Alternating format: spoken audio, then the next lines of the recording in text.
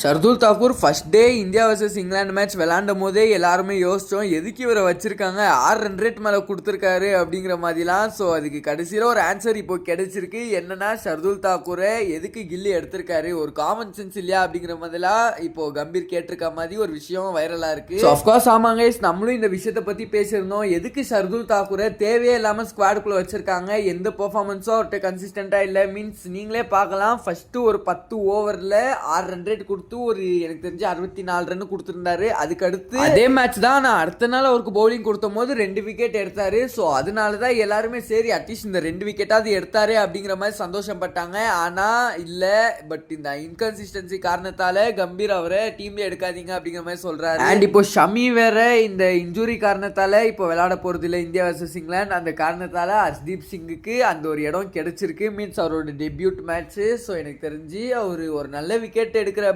பவுலர்னால இப்போ விக்கெட் எடுக்க வாய்ப்பு நிறையா. ஷர்துல் தாக்கூர் இப்போ ரீசெண்டா டீம்ல இல்லாதது உங்களுக்கு பிளஸ்ஸா இல்ல நெகட்டிவா அப்படின்னு சொல்லிட்டு என்ன தோணுதுன்ட்டு எனக்கு மறக்காம கமெண்ட்ஸ் சொல்லுங்க. ஏன்னா ஷர்துல் தாக்கூர் இப்போ என்ன இன்னும் நாளான்னைக்கு நடக்க போகுது மேட்ச். ஸோ ஜடேஜாவோட பவுலிங் கூட கொஞ்சம் கன்சிஸ்டண்டா இருக்கு, பட் விக்கெட் மட்டும் தான் வர மாட்டேங்குது. அண்ட் இன்னொரு விஷயம், பிரசித் கிருஷ்ணாவையும் தூக்க போறதா சொல்றாங்க. இன்னும் ஒரு மேட்ச் கன்சிஸ்டண்டா பெர்ஃபார்ம் பண்ணலனா. பட் எனக்கு ஒரே ஒரு டவுட் என்னன்னா, யாரை இவங்க இடத்துல ரீப்ளேஸ் பண்ணுவாங்க அப்படிங்கிற ஒரே விஷயம் தான். பிகாஸ் இவ்வளோ பேரை தூக்கிக்கிட்டே இருந்தா யார் எடுத்து ரீப்ளேஸ் பண்ணுவாங்க. அண்ட் இன்னும் அக்சர் பட்டேலை உள்ள எடுத்துட்டு வர முடியுது தான் நிறைய பேர் சொல்லிட்டு இருக்காங்க. ஸோ அதுவும் எந்த அளவுக்கு உண்மைன்னு சொல்லிட்டு நம்ம அப்கமிங் வீடியோஸ்ல பாத்துறோம். ஏன்னா அக்சர் பட்டேல் என்னமோ இப்போ வரதா எந்த ஒரு ரீசன் நியூஸும் கிடையாது. பட் எல்லா ஃபேன்ஸும் ஹைப் பண்ற ரீசன் ஹைப்னு தான் ஒரு நிமிஷம் எல்லாம் ஞாபகம் வருது. என்னன்னா ஜாஸ்பிரிட் பும்ராவும் ஜோஃப்ரா ஆர்ச்சர் இவங்க 2 பேர் தான் ஒரு நல்ல பவுலர். 2 டீம்லயுமே கம்பேர் பண்ணி பார்த்தா நம்ம இவ்வளோ நேரம் பேசினதே உங்களுக்கு தெரிஞ்சிருக்கும். அண்ட் ஜோஃப்ரா ஆர்ச்சர் இப்போ ரொம்ப நாளுக்கு அப்புறம் வந்திருக்காரு. ஸோ